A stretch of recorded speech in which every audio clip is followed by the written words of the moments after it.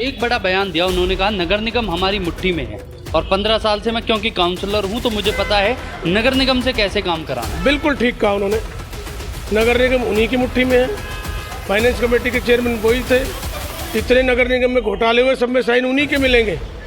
देखिए, इस वक्त चामवुड विलेज में हम हैं और मैं इरोज़ ये जो माना जाता है एक बहुत पोर्श एरिया माना जाता है। विजय प्रताप से मैं जानना चाहूँगा, सर धनेश अदलखा भी यहाँ पर आए और जब उनसे महेंद्र कुमार गुप्ता जी ने अपने जो यहाँ की जो निजी जो समस्याएं हैं वो जब गिनाने का काम किया तो वो उनको कहीं ना कहीं इग्नोर करते नज़र आए।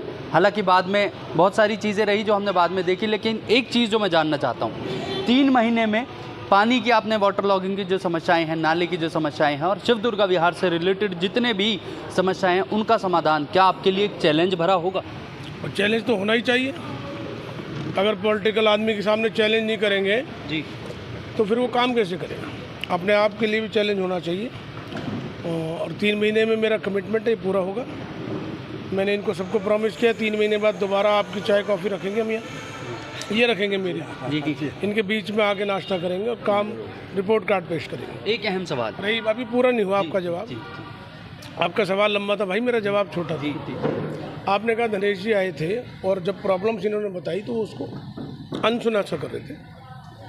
उनकी मजबूरी है, वो क्या करें? वो इस क्षेत्र की समस्याओं से अनभिज्ञ है, यहाँ के लोगों से अनभिज्ञ है, उनकी सोच से अनभिज्ञ, उनको मालूम ही नहीं है क्योंकि उनका कर्म क्षेत्र ये रहा नहीं।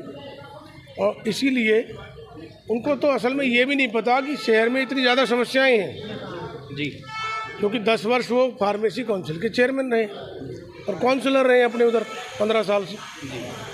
तो जब अपने वहाँ काउंसलर वो अपने यहाँ देखते हैं, यहाँ का उनको मालूम ही नहीं है, इसलिए वो इग्नोर कर रहे थे। तो जो आदमी को समस्या को मालूम नहीं है, लोगों की जानकारी नहीं है, एड्रेसेस मालूम नहीं है, एक बड़ा वो 1 महीने में क्या समझ लेंगे और क्या भला करेंगे इस क्षेत्र का, मेरी समस्या पर। एक बड़ा बयान दिया उन्होंने, कहा नगर निगम हमारी मुट्ठी में है और 15 साल से मैं क्योंकि काउंसलर हूं तो मुझे पता है नगर निगम से कैसे काम कराना है। बिल्कुल ठीक कहा उन्होंने।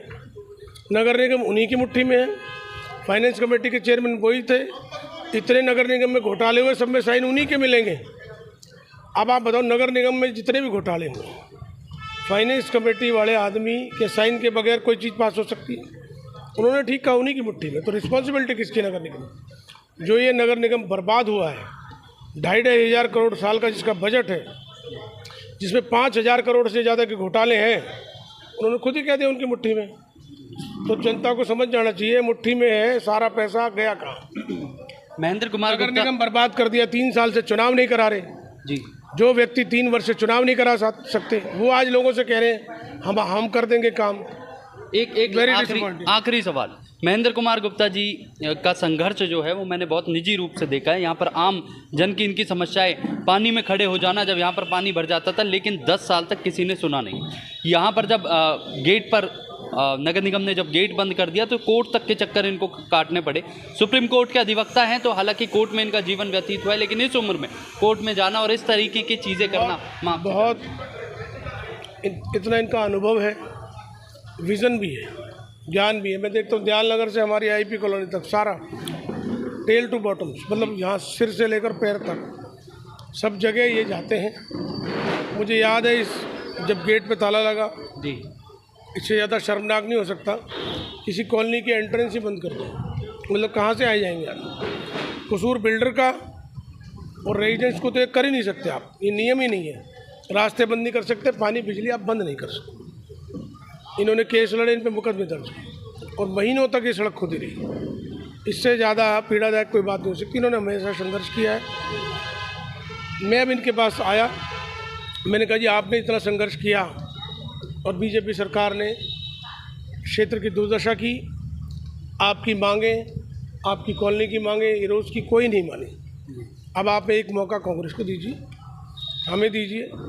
हमारे पिताजी का 50 साल का पॉलिटिकल स्पेन है लाइफ का।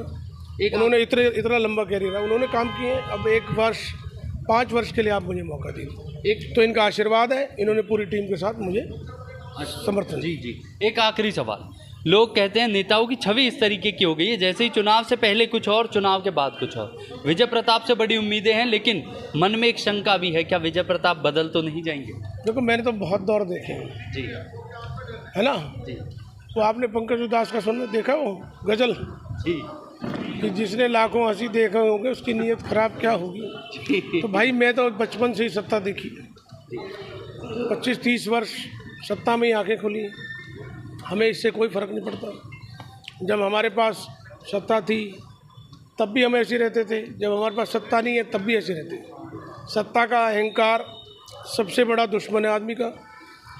लोगों के साथ कनेक्ट रहिए। आपका बिहेवियर, 30 साल से मैं राजनीति कर रहा हूँ, एक व्यक्ति मुझे ला दो 30 साल में जिसका मैंने अनादर किया हो, एक व्यक्ति। मेरी ये सोच नहीं है, और मैं तो ईश्वर से भी प्रार्थना करूँगा, ईश्वर समय कैसा भी रहे, मेरा आचरण नहीं बदलना चाहिए। जी। तो देखिए, ये थे हमारे साथ विजय प्रताप, बड़कल विधानसभा के कांग्रेस प्रत्याशी। लेकिन देखना होगा आने वाली 5 अक्टूबर और 8 अक्टूबर क्या दर्शाएगी। आप देख रहे थे न्यूज़ हेडलाइंस। धन्यवाद।